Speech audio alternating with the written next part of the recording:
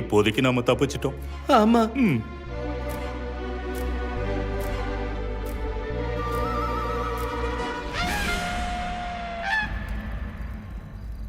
$2000 பொற்காசுகள் கிடைக்கும். இல்ல இல்ல இல்ல இல்ல 4000 பொற்காசுகள் கிடைக்கும். 8000 பொற்காசுகள் கிடைக்கும். ஆமாமா, இந்த வேலை ரொம்ப கஷ்டமானது, அதனால பரிசு அதிகமா தான் இருக்கும். என்ன வேலை, என்ன பரிசு? நீங்க இவ்வளவு நாள் எங்க கிட்ட சொல்லாம மறைச்ச அந்த விஷயத்த நாங்க கண்டுபிடிச்சிட்டோம். என்ன கண்டுபிடிச்சீங்க?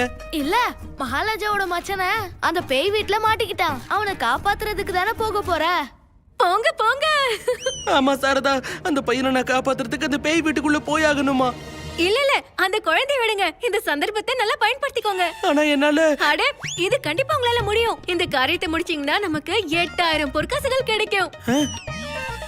என்னால நம்பவே முடியல. இவ்ளோ பொற்காசுகளை வச்சு நம்ம என்ன பண்ண போறோமோ? அட, கனவு காண்றது நிறுத்து. உன்னை யார் இதெல்லாம் நம்ப சொல்லிட்டு இருக்கா? ஏன் கனவு காணக்கூடாது?